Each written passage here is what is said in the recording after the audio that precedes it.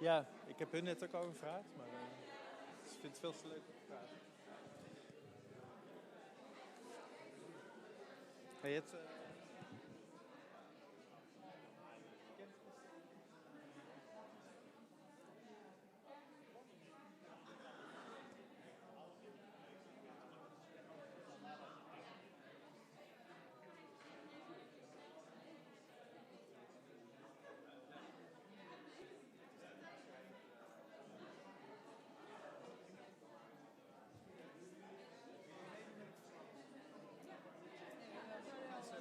Oké, dan gaan we zo zitten. Ja.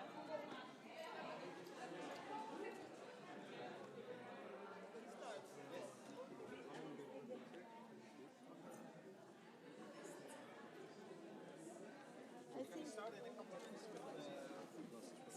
Sander, there will be a live connection with Nigeria, right?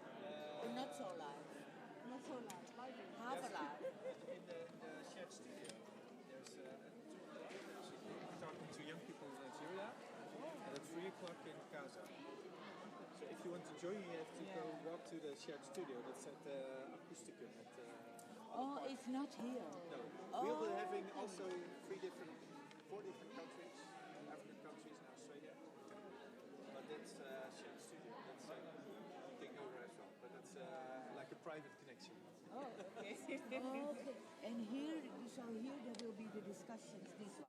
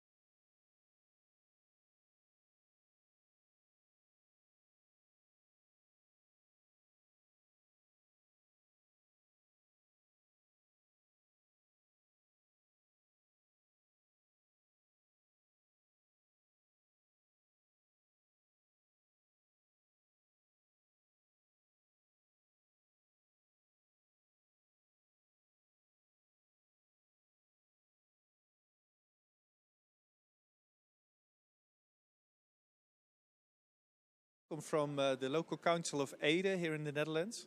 We're situated here in the Food Valley where Wageningen University is, and a lot of companies and governments are working on food challenges, local and global. And today we're talking about food losses here in the Food First program.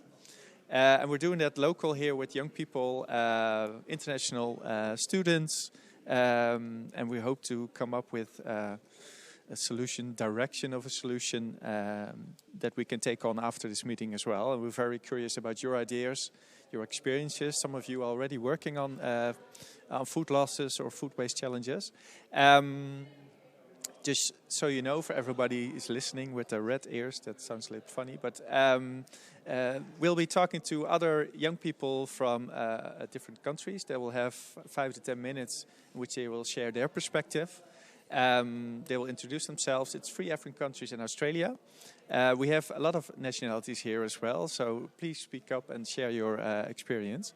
And to take us into the topic of food losses that we want to take on with Food First, do you know the Food First program? A little bit. Oh, we can share a little bit more later on about that. But we asked Joost, he's from Wageningen University, he'll introduce himself, to take us a little bit into the journey of the knowledge he has about food losses. And I think if they have questions, they can get them to you. The floor is yours. Okay. Thank you all. It's a little bit strange for me because I can hear myself and I do not know really if you can hear me, but thumbs up, everybody can. Oh, okay. People have Netflix, I think, looking at Black Mirror. It looks a little bit like this. All people staring at me. I don't know what kind of music they are listening to. We start a little bit late, so I will not take too much of your time to introduce myself, but my name is Joost Snels. I'm working for one of the departments of Wageningen University in research. And my background is in supply chain management, so optimizing supply chains. And I say, well, in that context, we always look at lowering or reducing food waste, because what we want to achieve is once you pick an apple, you want that apple to be consumed by somebody. So all my working life for Wageningen University, it's almost 20 years now, I'm working on lowering food waste or food loss. But I will just give a general introduction, not a lot of figures, but because I do not know how much about food loss and food waste you already know. So I have a clicker, and I hope it works. Yes, so I just want to raise some questions and to get some of the ideas of what you already know or think about food waste, food loss. So just raise hands or speak out loud or whatever. Is this food loss, food waste? This thing, the banana peel? Who thinks it is? So the other one you think it's food waste. Why? Because this is something you cannot avoid. You always have to throw away this banana actually. So what you say, it's unavoidable. So I have to waste it. So that's an interesting thing. So is it then food waste? And when I go to the next one, that's what you say. We normally ate this part. Huh? And the other one we just throw away. So is it by definition then food waste or food loss? The other ones say, well, no, it's not food waste. So why it's not food waste? Somebody dare to share? Yeah? Because it's unavoidable? Because it's so. That's the discussion, huh? Unavoidable. Can I share something? Of course. I learned yesterday. In Brazil, they make pies out of shells of bananas. Don't ruin my Oh, presentation. sorry. I was eager to share. No, that's good. So the next question, this one. Food waste? Food loss? Somebody's nodding yes. Why now it's yes? Because you can still eat it and you can use it for other kind of things. Yeah. So that's we assume that we can eat this peel. So that's why. So we eat it. But then the next slide. Little children don't eat that peel of the apple. So food loss, food waste? I don't know. But when you want to improve things in your supply chain, well, you have to know what you see as food waste or food loss. Otherwise, all the actions you take are wrong or directing to the different way. Again, food waste. Food waste. You can do something with it, isn't it? Hey, my rabbits. So I'm avoiding food waste here. Who's saying yes? Everybody's saying no. Why it's no? It's again definition. That apple was, I grew that apple because I want to give it to a human being. Now I decided to give it to an animal. So by definition, whatever definition you need or you want to have, it's food waste or it's not. So I will show you some definitions later on. So I just want to show it's not that easy as everybody thinks. An apple now on the tree, it's not in the best shape. Again, so raise hands or I will give the answer myself. Food loss or food waste? And I think food loss? Food loss. Why?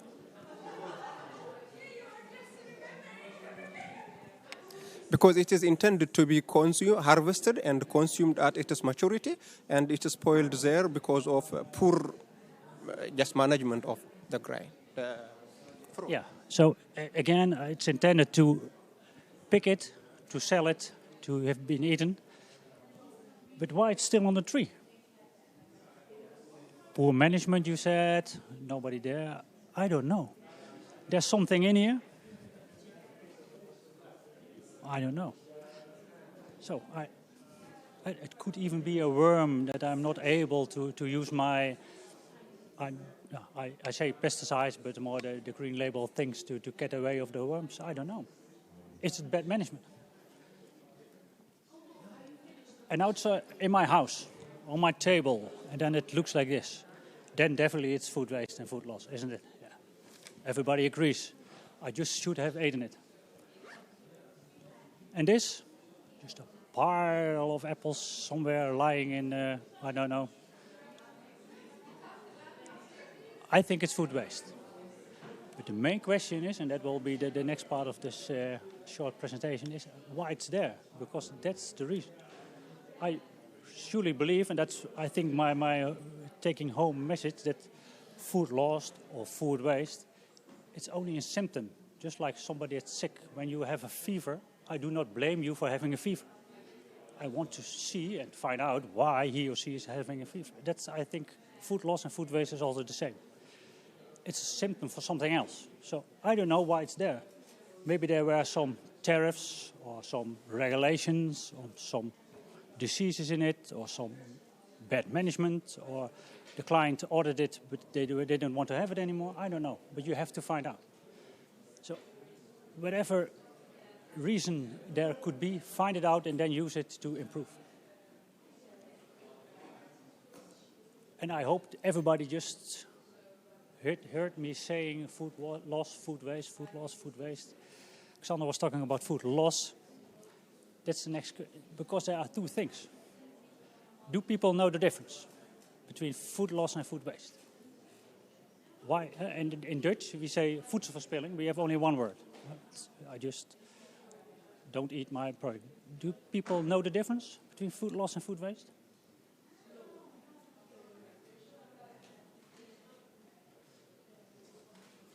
This is what we see. There are a lot of figures presented. We say we lose or waste a lot of 20% of all the meat, 30% of all the fish.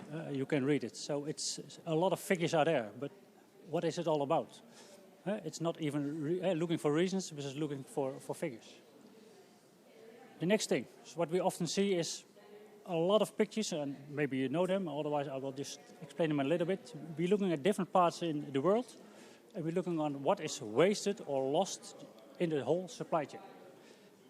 And I hope everybody can read or see that in general, the figures are almost the same. So on average, we lose or waste 35% of all the fruits, vegetables, fish, meat, whatever in Europe, Northern America and Oceania. But also 36% in sub-Saharan Africa. What do you immediately see? I hope you all see in this simple graph. People that are really educated, well, everybody's looking, I hope, looking at scales. It's the coloring that says something. This one, Europe, Northern America, the red is very big, very large, and that's the consumption. So that's the last part of the supply chain. When we go to the other side, maybe also the other side of the world, the last part is in production, handling and storage. So food loss and food waste is related to the place where the lost or the waste is occurring in the supply chain. So then we are here for definitions. And then you can look back at all the pictures I showed in the beginning. Does it fit a certain definition? And definition is just something that you define. Sander is still having his mic on, so Sander, he's in there. Somebody already said something that I grow or I produce that is supposed to be eaten by human beings, and it's not eaten by human beings, that is food loss or food waste. And then the second definition, all the places in the supply chain, except, and now we make a difference why we're talking about food loss instead of food waste. What we say, when we're talking about the last part of the supply chain, the retailers, supermarkets, or the hotels or the restaurants, and the consumers at home, then we're talking about food waste. So then everybody can say, well, that's definition. Why all that bothering about definition? And that's because of this, because we are looking in this challenge at the end for solutions. And the solution is, where does the food loss occur? Where in the supply chain does it occur? And what you see again, it's a graph, upside pyramid. There's developed countries, define development, because we are also losing a lot of food. And the more developing countries, or the more emerging countries. And what we see is that in the developed countries, like the Netherlands, we throw away a lot of food at the end of the supply chain. And in the more developing countries, we do that in the beginning of the supply chain. So what do we see? Steps in the supply chain. Food waste is growing and growing and growing further away in the supply chain. That's in the Netherlands, that's in America, that's in Europe, that's the more developed countries. And what we see in the low income, more the developing countries is the other way around. We throw away a lot of food at the beginning of the supply chain. So solutions that you have to look at, you have to focus on the beginning of the supply chain. So not the end, not the consumers, when you're looking at food loss. So there is some division, and that's not only definition, because I can define everything I like and I want, and I make a definition that nothing is food waste or food loss.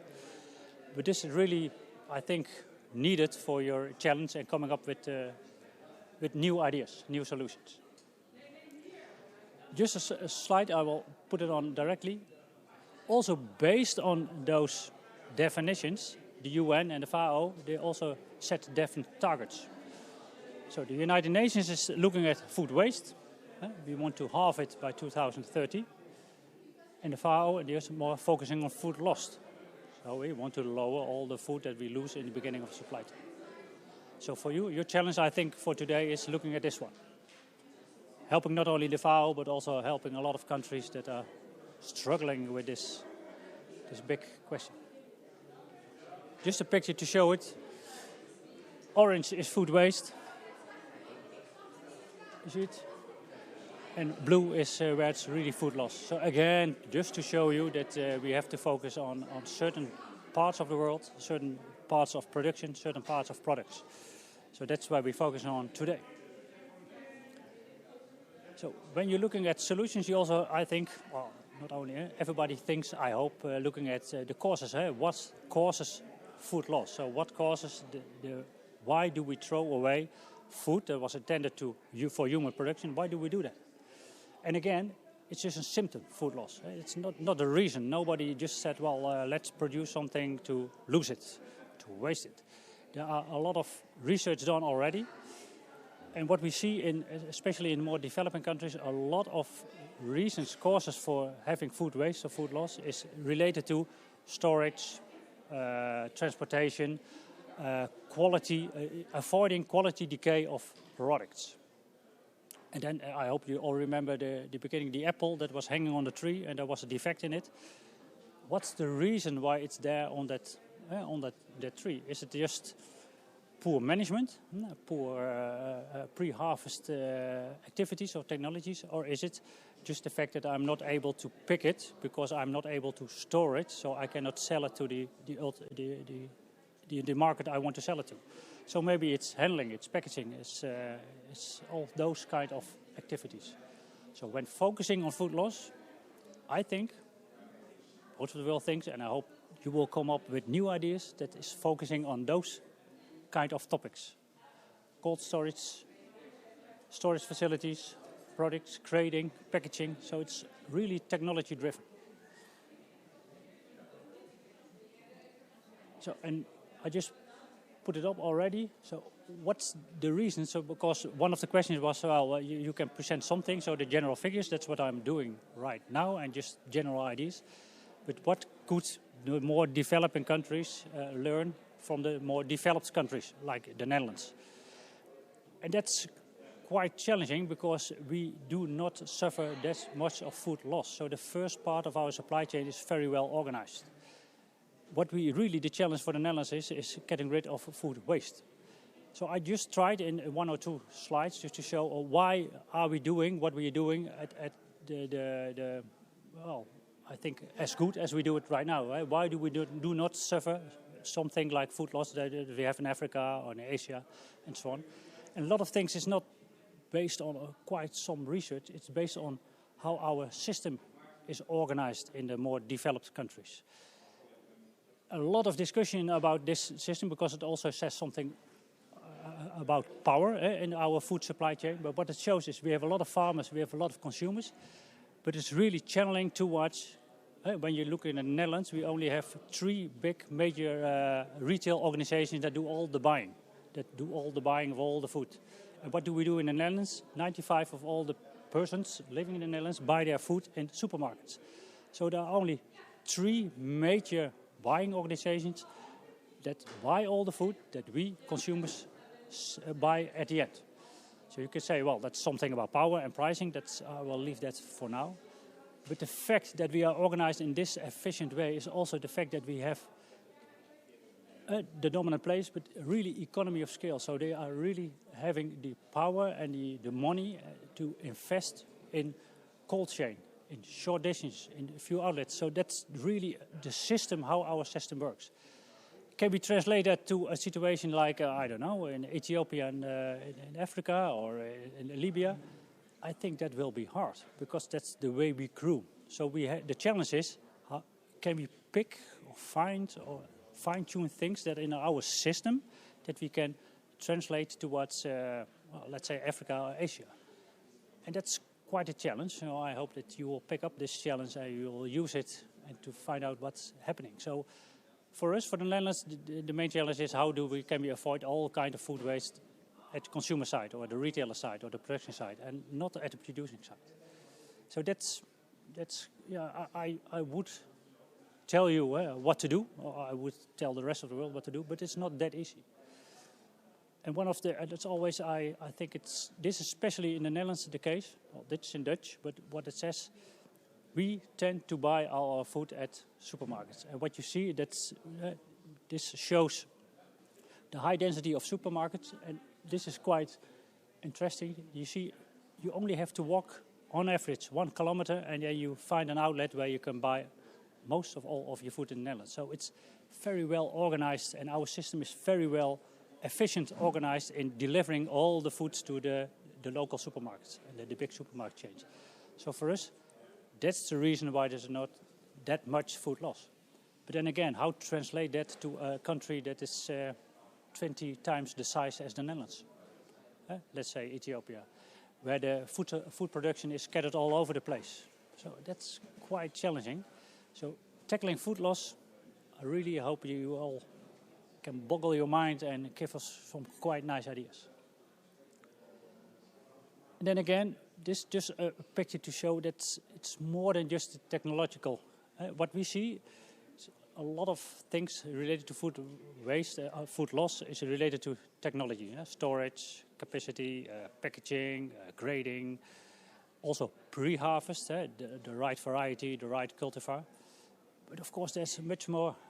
As the gentleman just said there, it's also good management.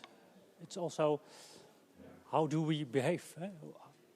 Once I order, let's say, 20 tons of apples, do I also buy them? Or do I just decide not to buy them because my clients don't want it? So, and then we have the picture of the big heap of apples. So that's where you have to look at. What's really the reason that somebody in the supply chain is throwing away that apple? It's not the grower that's, he loves or she loves to do it. There's always a reason behind it. So we have to find the reason behind it. Simple thing. And I think this is where I'm focusing on, and I hope we can focus on today or the rest of this day is, of course, we have to set targets. That's the FAO and the UN did it for us already. Then we have to decide what to measure and what are the definitions. I think that we all checked. And then the simple thing, act. And that I hope that you will think now, it's not that easy. Just finding thrown away food when I'm cycling through the Netherlands fields, it's not just because somebody decided to do it. There's always a reason behind it.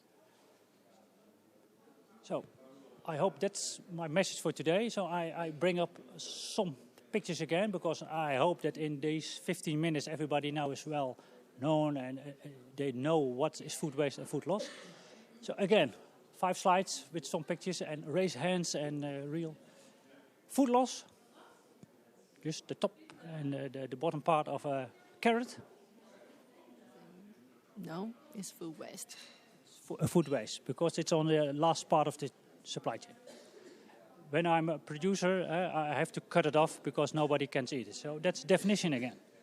When I say, well, I'm not able to eat it, it's not food waste, food loss or food waste. I don't care because I cannot eat it.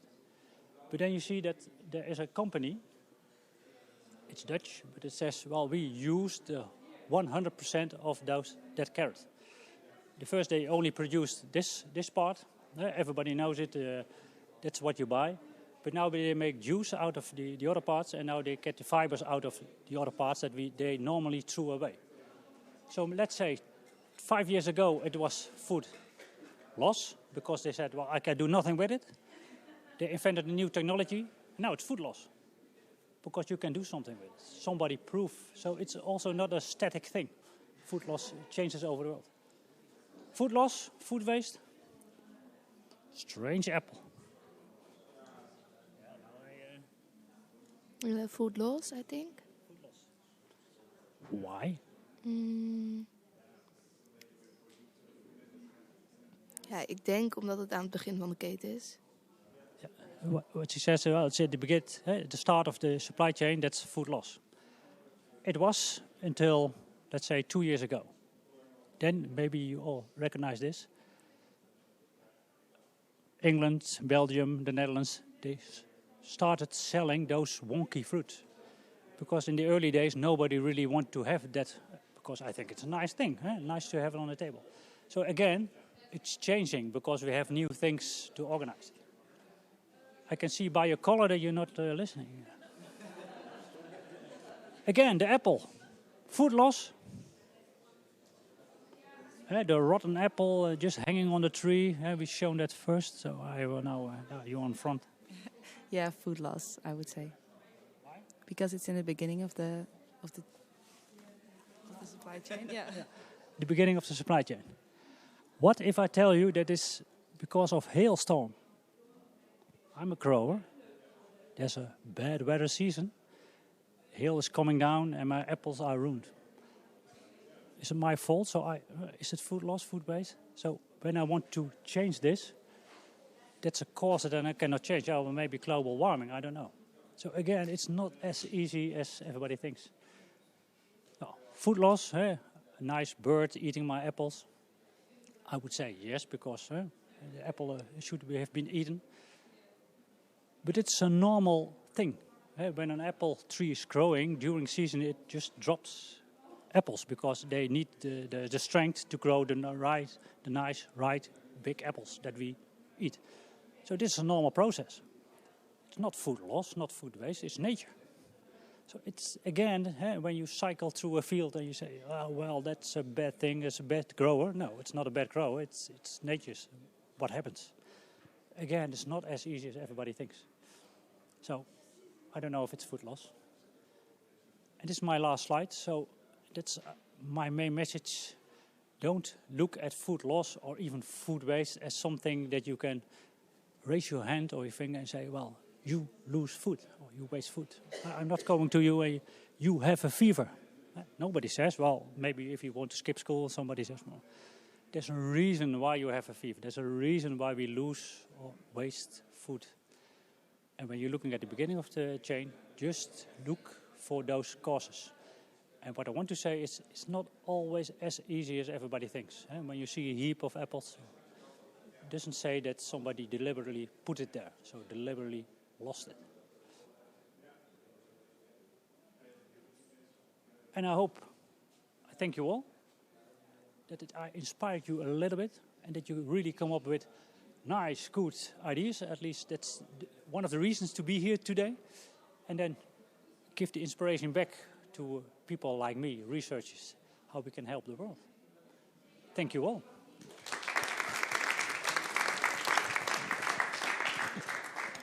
Yes, thank you very much, Joost. And of course, if you have questions that come up during the latter of the session, please do. Here's the tricky part. Hopefully not the tricky part. We're going to our Skype guest, so I hope we are a little bit patient of sitting down, because we are challenging you to get up and go to work later on.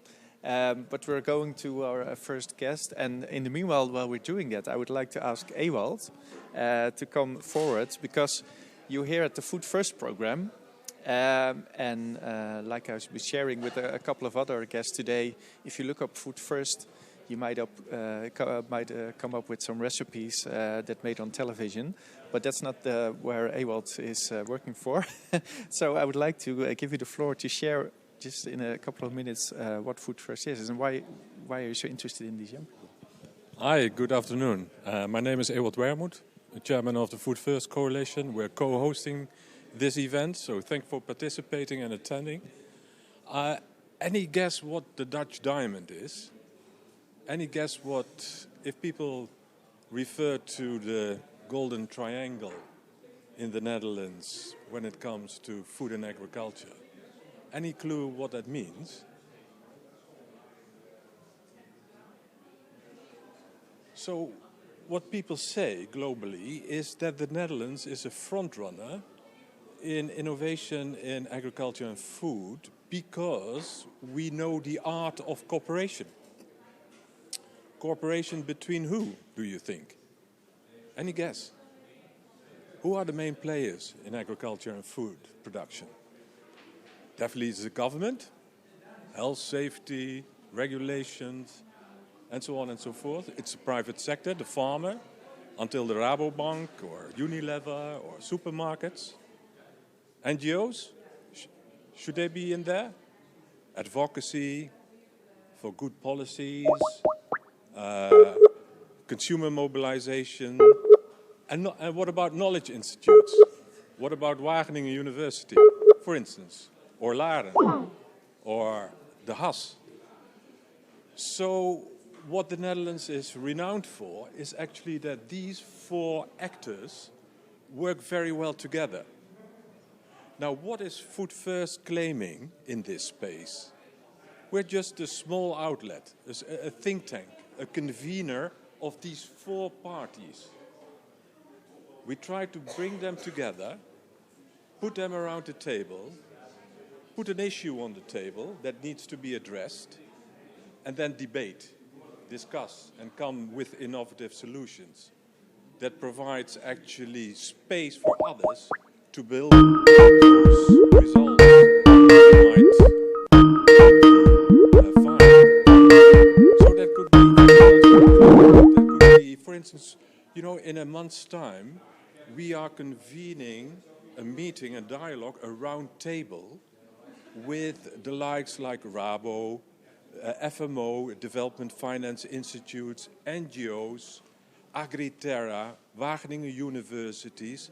So those organizations who have the knowledge and provide technical assistance on the ground, for instance in African agriculture, with those institutes that provide development finance. This morning I was at the World Food Center, and actually we claimed we need to discuss more. We need more joint dialogue. Europe, Africa, the Netherlands, African countries, private sector, public space, NGOs, private sector. So that is what we do. We convene, we bring those actors together, we put thorny issues on the table, and we try to find breakthrough solutions by pushing these actors to think out of the box. And we try to get unusual suspects to the table as well in order to find those innovative solutions. And that's where you come in. Because we always say, you know, the youth has the future. The planet belongs to you. And the planet is in jeopardy. So that should be your concern. What is my concern? How do I get the youth around the table? How can I mobilize the broad SDG agenda, the Sustainable Development Agenda, which provides some relief and solutions to the global challenges?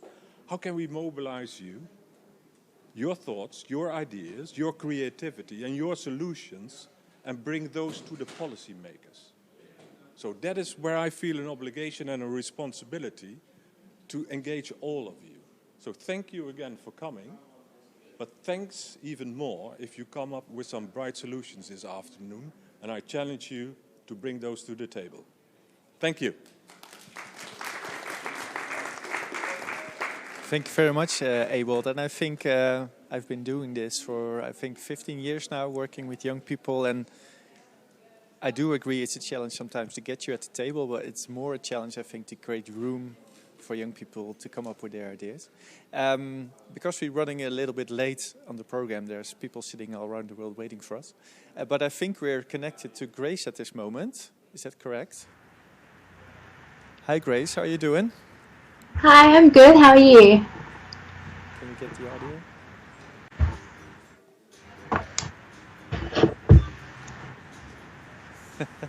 We're trying to get you on stereo. Okay. Oh, there you are. That's great. You're looking Okay, at our beautiful technicians at this moment, but we are looking at you, and you're going to see us back at the live stream. Thank you very much for taking your time. What time is it at your place right now? It's 8:30 p.m. in Perth. Okay, so it's not bad time. It's not that Not late too yet. bad. Very good. Can you please introduce yourself a little bit and share with us what you've been doing on food waste, food losses the last couple of weeks? Because you've been busy quite a while.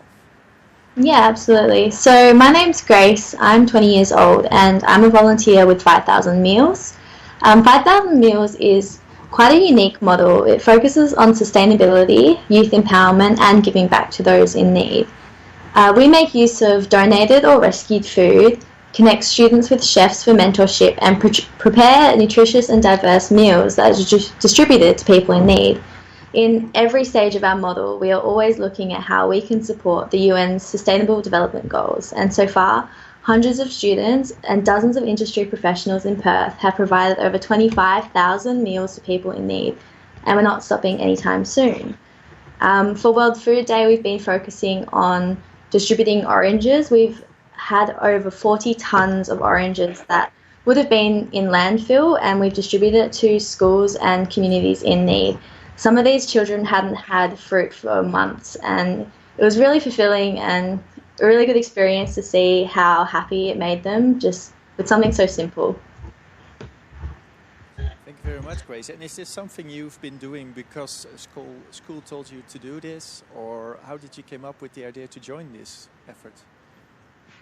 I was actually volunteering with the council in the area, and they linked me up. And when I saw that it was about sustainability and about giving back to communities, I just felt like it was an honour to help out. It's always been really important to me to give back to people in need, but as a young person, I've always felt a little bit overwhelmed and lost on how I can get started in that. And the opportunity did present itself to me, but I feel very lucky, and it's really amazing. The opportunities are out there. I just had to kind of dabble in there, and the right one came up. Yeah. That's great to hear, because do you know, I've heard from Catherine that there's loads of students working on this in schools, right? Can you tell us a little bit about how many students and classes are working with this? Right. So over the past, I want to say 5 years, they've had hundreds of students involved.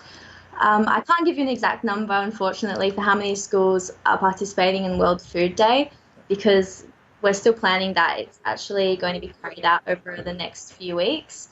But I can tell you that there's quite a few. There's, hundreds involved. I've heard, because I've been having a hard time to get in contact with your crew because you were so busy. It's crazy. I'm just trying to ask you some questions, so don't worry if you don't know the answers. But how did you come up with? Where did you get the food losses from? Do people come to you, or? So we work with an organisation called Second Bite, and they're a food relief agency. They work with the farmers and supermarkets to secure the food. I was actually asking Catherine today if there's any system in place, who approaches who, and she said the Second Bite deals with a lot of it, but she said that the farmers are always really happy to make the contributions because they find it amazing to give back to people in the communities and prevent waste. That's a little tricky, unfortunately, but yeah. That's great, and it's World Food Day today, so you're connected now to a Dutch community, but there's also international students over here. Is there something you're curious about what the difference maybe is what young people do here, or do you have a question for us? Yeah, I would like, I guess, to pose a question to young people about whether they have a solution on how to change people's perspectives on what the speaker said before, wonky food. It's an issue we face here in Australia. A lot of people aren't buying any of the imperfect food. We're looking for the very superficial appearance of fruit and veg and buying with our eyes more than anything else. And I really want to know if the young people around the world have any solutions to that. How can we change people's perspectives on fresh fruit and veg, and how can we reduce waste in that way? I think that's a great question. I'm going to take that with me, and if somebody stands up and wants to give a response, please do, because this is your opportunity.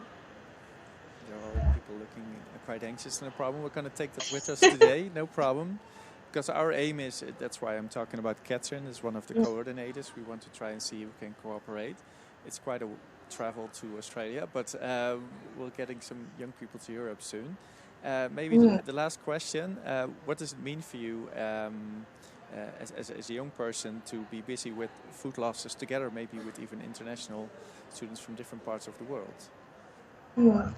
I think it's amazing because I truly believe that young people, like everyone in the room, possess the power to change the world and to change the way that we operate our food systems. I think we just need to tap into that potential and give young people a voice, and they will come up with the solutions.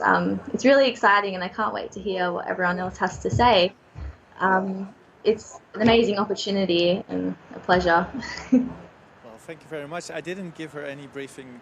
She did say that spontaneously. Thank you very, very much. Keep online on the live stream because we'll be sharing some perspectives. Unless anybody else has questions, this is your time. You can count them. But or else we're going to see if we can connect to Africa after that. Thank you very much, Grace, and we'll be in touch soon. But stay on the live stream with your ideas. No worries. Thank you. All right, bye-bye. Bye. Het is net televisie dit, dus ik ga heel even checken met wie we contact kunnen krijgen. Ja?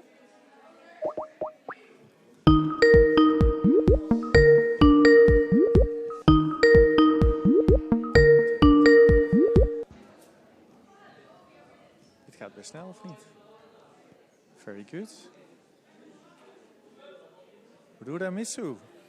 Hi, how are you doing? I'm doing great. Thank you for taking your time and your patience, because you've been waiting quite a while, I think. But you're live on the air right now here in the room, but also on the live stream. Okay.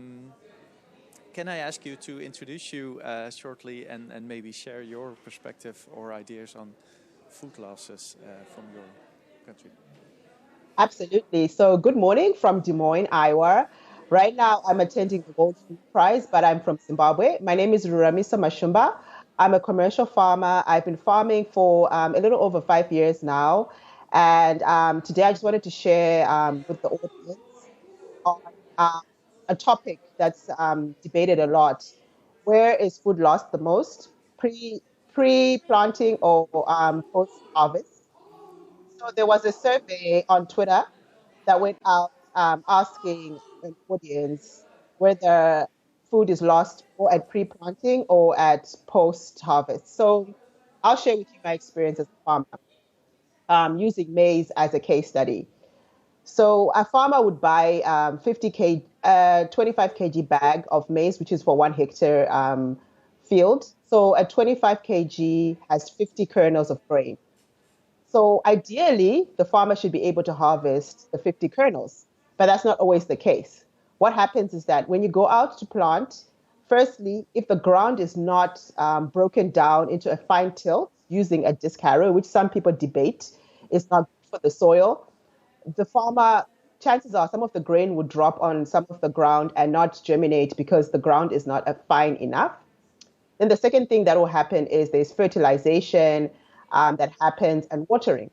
So now with climate change, sometimes you find that um, if you do not, unless you introduce, this is in a Zimbabwe context, unless you introduce an artificial type of irrigation, chances are high that you'll lose some of your crop because there will not be enough rainfall to water the 50 kernels. So your ready yield is dropping.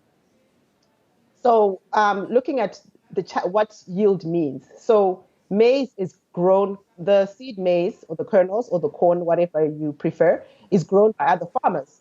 So every loss is significant to the farm. So you can't, one kernel is a huge loss. And we know, like, or you might not know, but access to grain, to certified seed is a challenge on the continent. There isn't enough of that. So any loss is really considered food waste. So then when, after planting of your grain, and if you do not irrigate, if you broadcast, so broadcasting again is something that I do not recommend because you are using a lot of fertilizer and water, or using a lot of fertilizer, which is not going precisely to the grain. So I'm looking at precision farming, which is more precise, and how can we be more diligent with the resources as farmers. So I'm just taking you through this journey of establishing a successful crop and the challenges that farmers are facing, or the places where loss is made. So then now we look at now there is now pest and diseases which have increased over the past few years. Armyworm, which is causing losses of from 30% at the very minimum. Sometimes 100 farmers can lose 100% of yield because of the armyworm. So now the debates go back in terms of, so then what should farmers do? Because there are challenges. All this is a cost to the farmer, but also to the environment.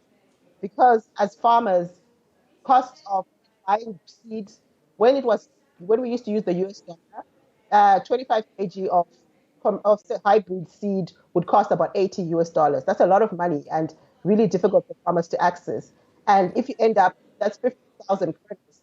So if you end up only harvesting 20,000 kernels, or that could, the potential is lost. So imagine on a 1 hectare piece of land, the resource of the land, the fertilizer that you have applied, the herbicide or the pesticide, all that is lost just to produce 20,000. So there's a significant loss in economic value and also just in terms of the output, because production has reduced significantly because of food losses. And looking at how can young people participate in reducing this food loss is very, very critical. Well, thank you very much about these enthusiastic examples. So the audio here is a little bit behind sometimes, but I think we got it all. Okay. Regarding to the last comment you made, why is taking on food losses challenges so important for a new generation of farmers, you think? I think new generation of farmers are definitely looking at innovative methods. And when I look at a lot of older farmers in Zimbabwe, they grew more for subsistence and just feeding themselves. But younger people are looking at how can agriculture be better and commercial. You know, young people really want to be profitable in their businesses. So looking at every single angle, every single area where food is lost is very, very critical. And young people have come up with very innovative methods that are looking at these, analyzing and implementing. So I think when we look at also the bulging population of young people on the continent and the interest in agriculture that is now developing because they see it as a profitable business, you see that that young people are really play a vital role in looking at food losses and how they can work with each other to reduce this throughout from planting all the way up to harvest. So my my comment is that in agriculture, an area that is not highlighted a lot is that food is lost right from planting as a kernel before it has been harvested. Their post-harvest is losses, but the losses before are huge. I remember when I first started growing peas and I didn't have good irrigation. I had to plant again because nothing germinated. So I think this is an area that's not looked at enough. That what are the losses that are caused by the lack of knowledge that people might have in agriculture that causes loss before even harvest. Because maize in Zimbabwe, done well, has a potential of at least 5 tons. But then the average yield, sometimes you hear, is only 250 kg. So what's happening with all the loss? All the subsidies that come in for grain fertilizers, they're all being wasted. So it's very critical for us to look at that waste that happens before we even harvest the grain.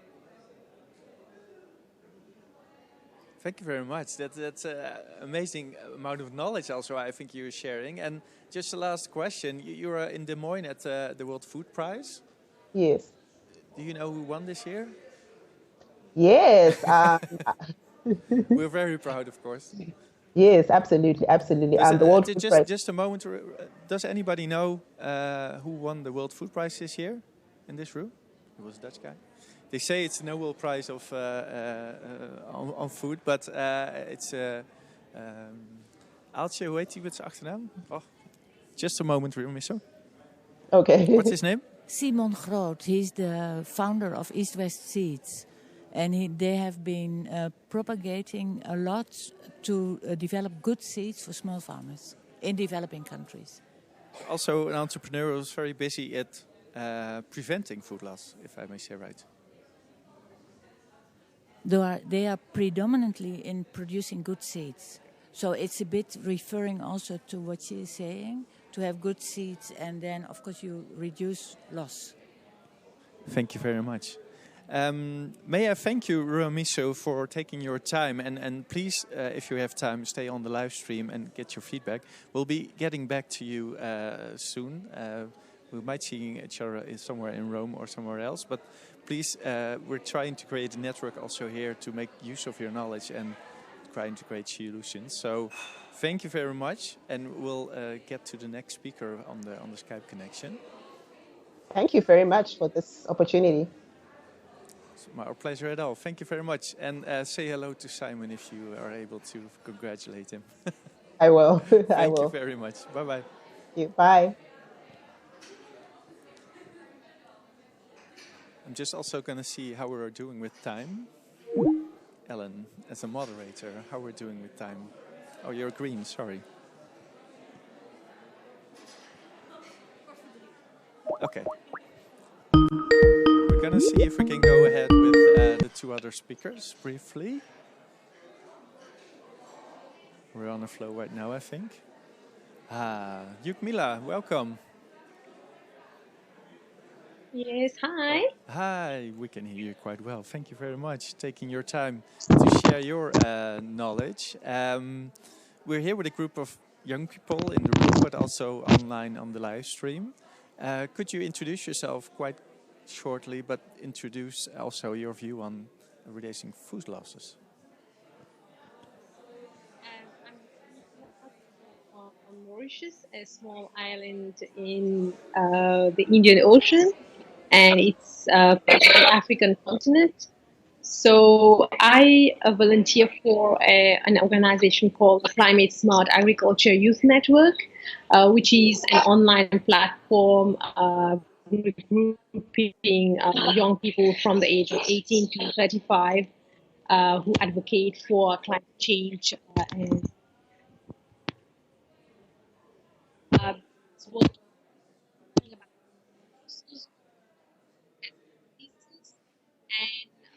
and the implications of global food.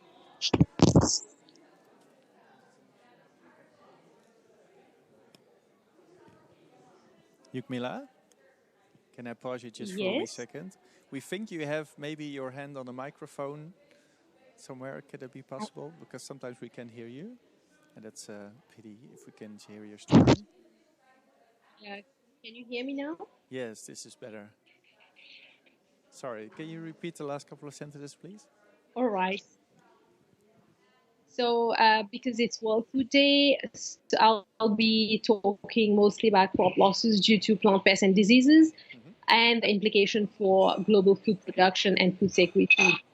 So as you all know, world hunger is on the rise, yet an estimated amount of 1.3 billion tons, equivalent to 1/3 of all the food produced, globally is lost or goes to waste every year.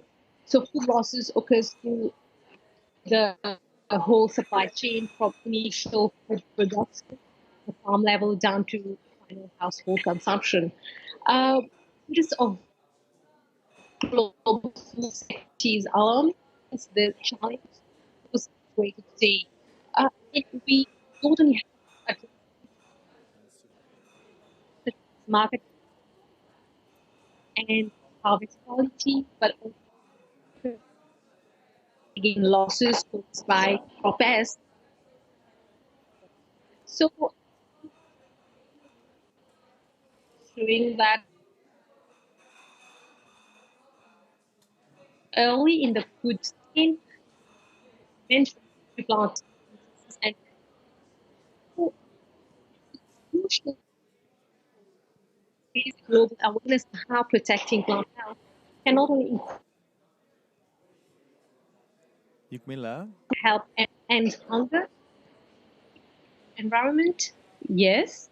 Sorry, we have a hard time understanding you because our connection is a little bit hesitated. But so it's a pity if we don't hear your story Okay. right. I don't know what it is, but the one thing Because I can hear background noises.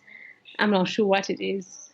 yeah, that's our room because we have a lot of people here. I think if you So talk a little bit slower, it might help. We'll give it a try.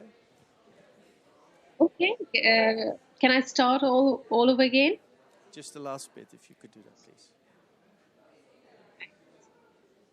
So what I was talking about is how crucial it is to raise global awareness on how protecting plant health can not only increase yield but also help end hunger, reduce poverty, protect the environment, and boost economic development. So now I want to highlight the role of plant pests and diseases as a serious threat to global production. Pests have reduced the productivity of crops since the dawn of agriculture, and farmers have been looking for ways of protecting their crops from these organisms. So, what I want to talk about is crop losses occur in the field as pre-harvest losses and during storage as post-harvest losses. Um, if our estimates, can you hear me? Yes, yes. Yeah. So estimates up to 40% of food crops are lost due to plant pests and diseases annually. This leaves millions of people without enough food to eat and cause serious damages to agriculture, which is the primary source of income for rural poor communities around the world.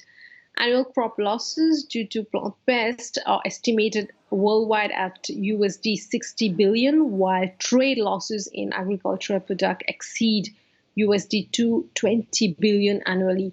So I'd also like to mention few of the most destructive pests across the African continent, such as the spotted stem borer, the maize lethal necrosis disease, the invasive famine weed, the South American tomato leaf miner, the recent invasion of fall armyworm, and the cassava virus diseases, among others. And then post-harvest losses of fruits and vegetables caused by fungi and bacteria include anthracnose, stem and rot, bacterial soft rot, and scurf.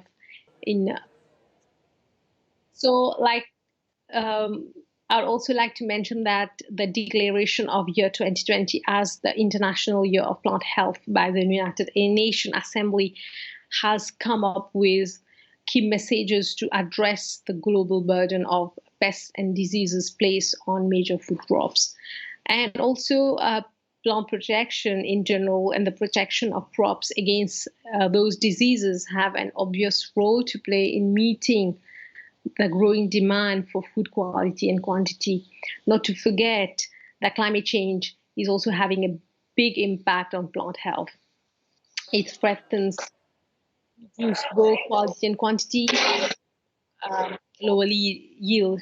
It also that rising temperatures leads to water scarcity and changing relationships between pest, plants, and pathogen.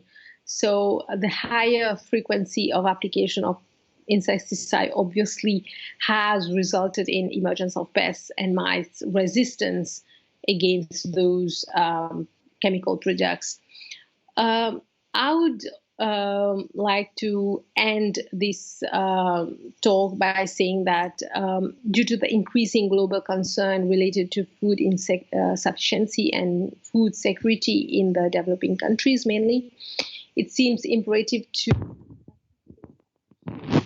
the relevance and advantages of applying environmental and techniques and good agricultural practice in view of having a long-lasting and more competitive agriculture system.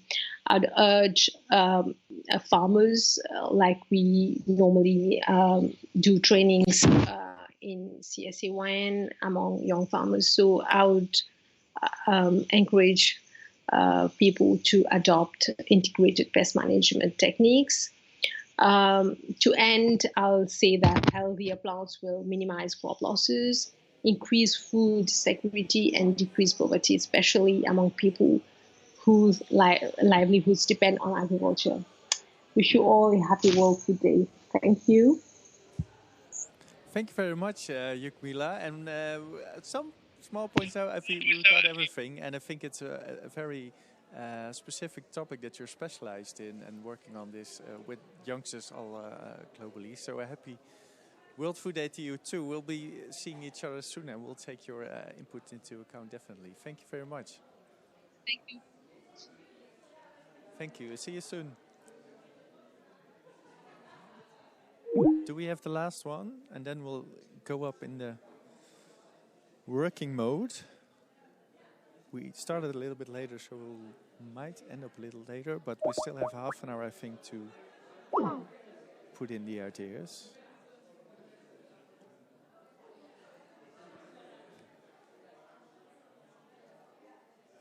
I think some of them, your participants have fled already, so I'm just going to check.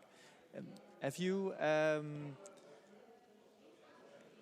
what kind of inspiration and knowledge did you heard already? What's the most interesting thing that you didn't know that you learned today?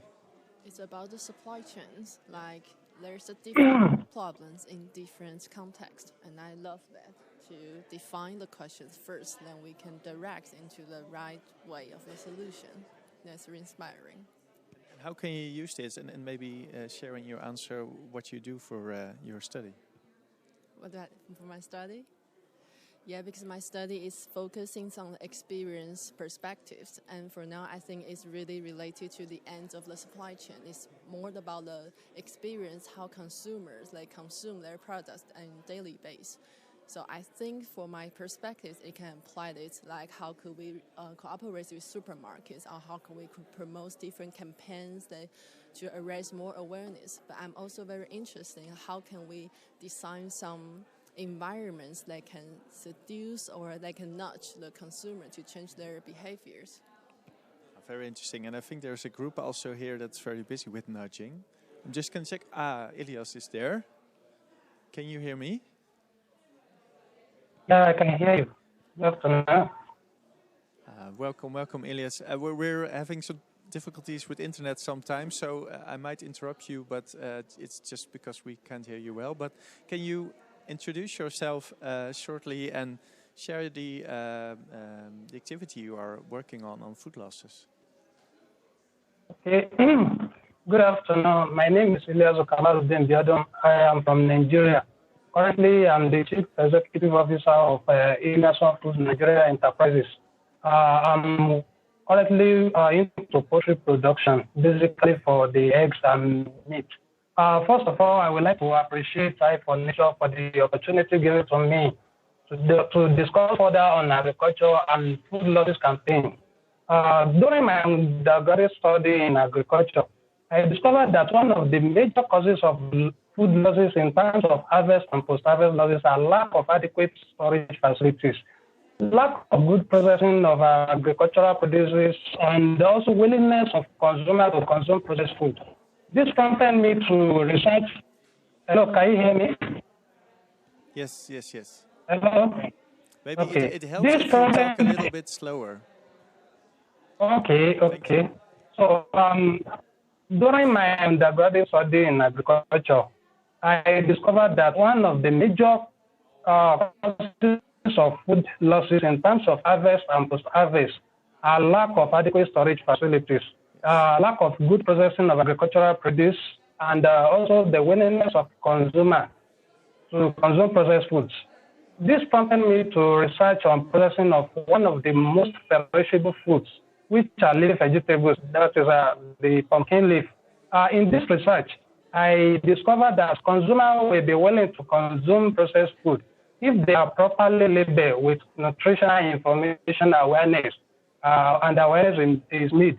However, most farmers are scared of cultivating because of lack of better storage facilities and no ready-made market of their produce if they eventually produce this product. So, which leads to their losses, the income losses due to this because of there is no storage facility, and the processing is very, very poor.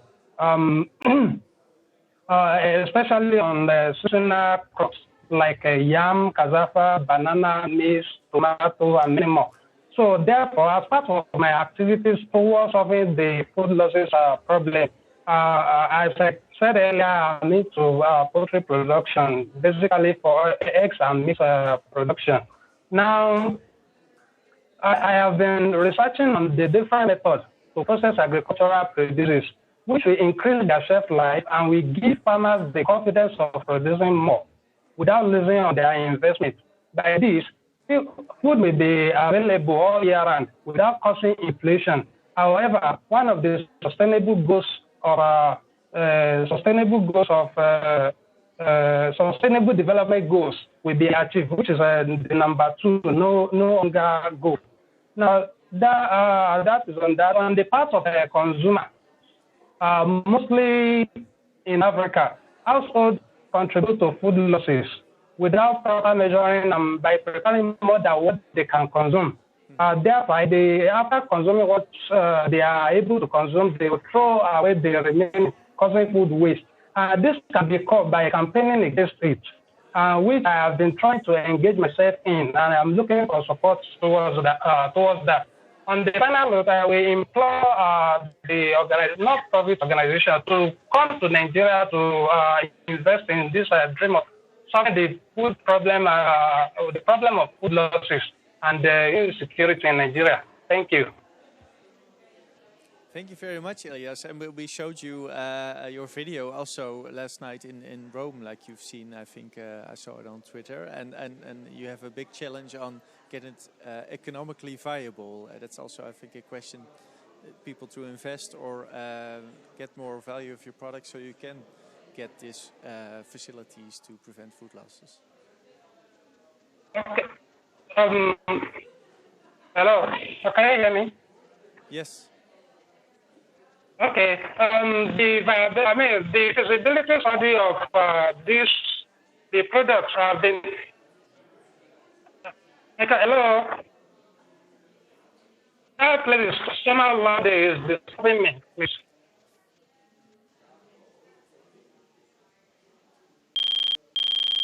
Is the connection okay? Okay. Yeah. So, as I said earlier, I researched on the feasibility study of one of the most perishable products, which I believe, which I found out that it is very feasible. The processing of this agricultural produce, they are very feasible, which the investors will not regret investing in it. Thank you, I hear you. And what we're trying to do here today is see if we can come up with some solutions. And after today, we'll see if we can gather the challenges also and Okay. take them on. So we'll be getting back to you Okay. on the possibilities on that. Okay. Okay. Thank you very So, much, Ilias, to share your also your honesty in what the challenges are and taking on this exposure to do this. okay, thank you. Thank you very much, and I'll talk to you soon. Okay, thank you. Thank you. Bye bye. So it's challenging. I don't know how much often you Skype back home, but sometimes the connection on this side is okay, but the other side a little bit less. Before you fall asleep, I would like to challenge you because I hear some things that is valuable for. I know this group is already working on some solutions on food waste, and like you see, well, like my analysis is that sometimes the problem is in one part of the value chain just to solve another problem in the value chain as well. What I would like you, I invite you to do is we have some flip overs. Is maybe you already have a certain image of what you want to propose as your solution, and I think it's being validated at this moment. But maybe would you like to draw up maybe a solution based on, or an idea based on what you've heard right now with some others? Is that something you do? I will be helping you with that, but is that okay? It's very exciting, right? And maybe I can challenge you, because I think you're already forming ideas about how you can take things on. Also to sketch it a little bit on a flip over. Is that okay? No, maybe somebody can join you, and Elsa will be going to help you. Yeah, cool. Because then we'll have moderator. You can't hear me, but oh yes, I'm just asking you how much time we have. I don't have a watch on me. Because 3:30 we'll be there, and it's now. Okay. We take like 20 minutes to see if we can draw up some ideas. Thank you. You don't need to keep the headphones on for this part.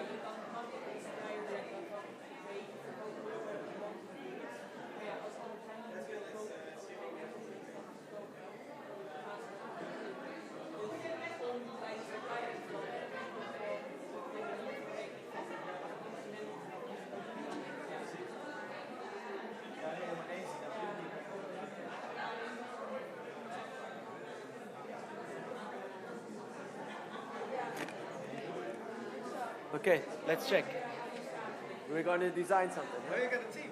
Yeah, we're 2 or 4. And she's also,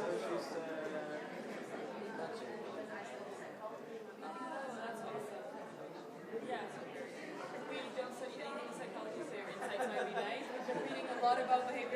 dance and it's very, crazy and fun. Let's do something interesting together.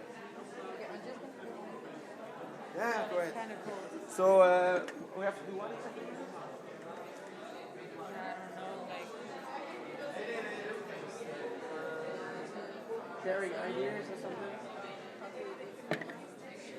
Sorry?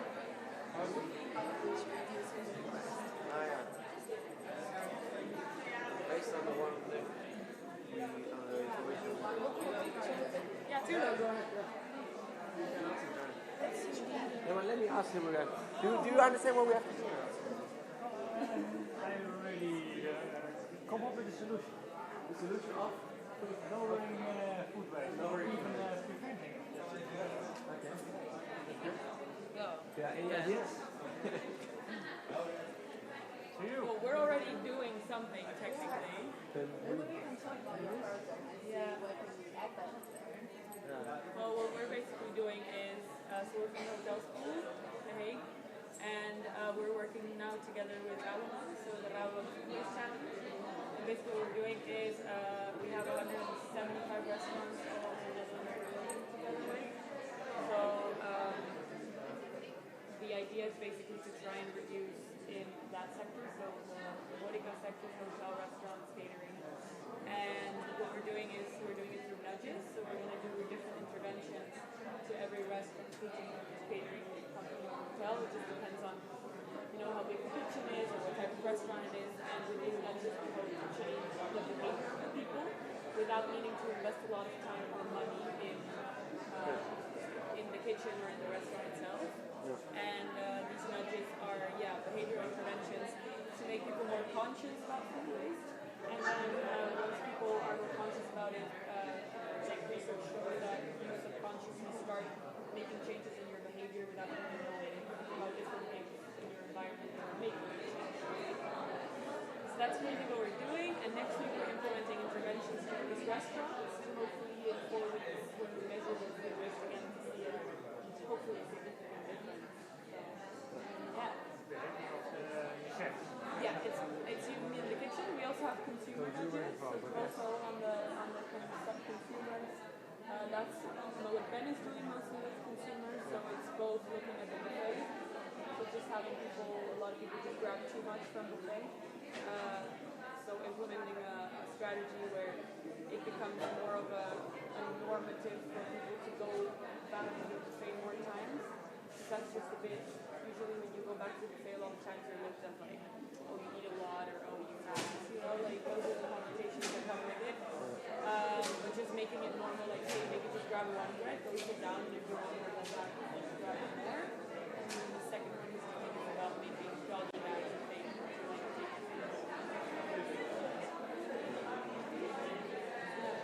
We were thinking about the words. In November we will implement them, I guess, from my experience and the things that we found out in research, we work. And then we will see how many kilos we reduce, how many kilos we can increase the food waste.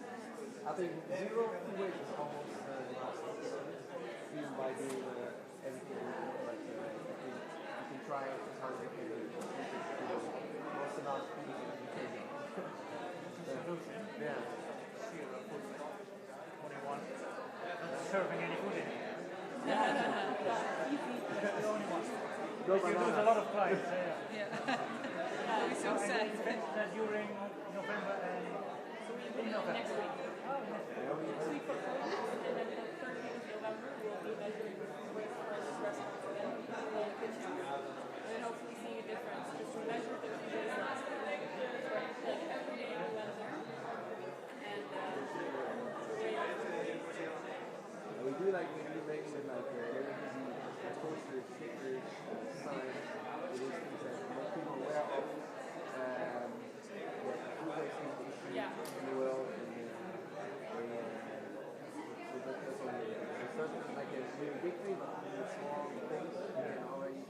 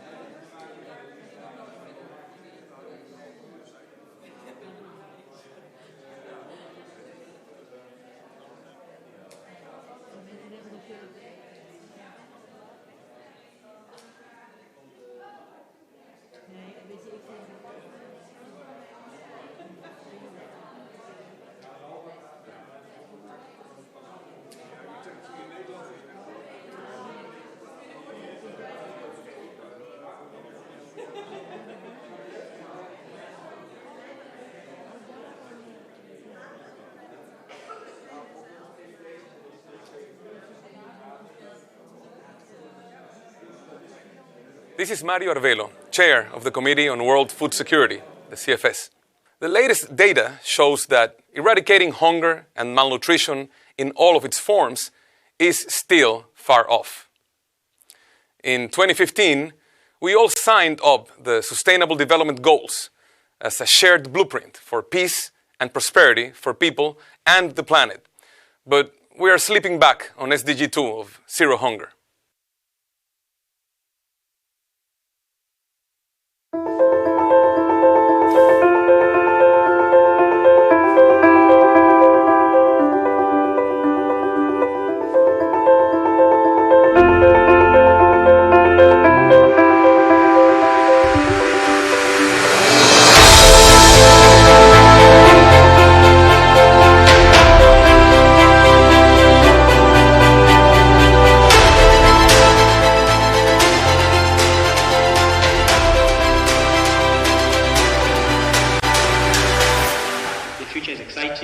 The future really is a future where we can actually tackle food waste on the farm.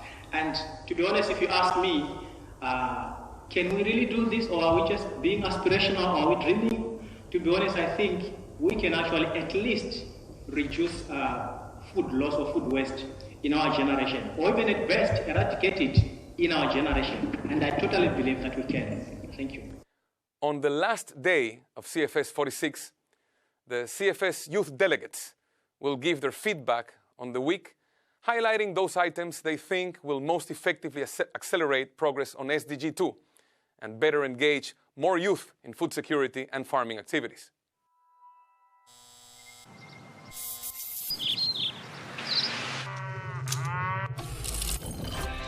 It is time to change the way we produce food. Learn from the lessons of the past. Using new technologies. Other crops, other types of food. Safer, more accessible, healthier food. We all benefit from that. That's why we all have to work together to create a sustainable food system.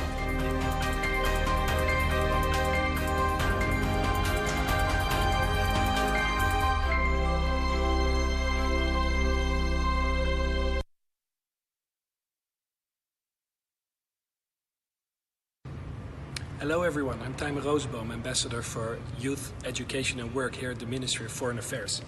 I'm really sorry I couldn't be here today, but I'm happy that at least I can give you this message. You've got a very interesting day ahead, especially for World Youth Food Day. The interesting thing of your afternoon and your day is that you've got all this energy of all the young people from all over the world, but you've got private sector, you've got knowledge institutes. You're joining hands, or actually brains, to come up with good, innovative solutions for some of the world's largest issues, like food waste and SDG 2, zero hunger. So I think this gathering is very timely, and your event is a very good opportunity to come up with these solutions. For the Ministry of Foreign Affairs, within our development cooperation, actually young people and the challenges they have is core. And if you say that, you have to realize that it's also important to listen to young people. What do they have to say? And to work with young people. So, once again, I think your event is timely and it's inspirational, and I wish you all the best. Good luck.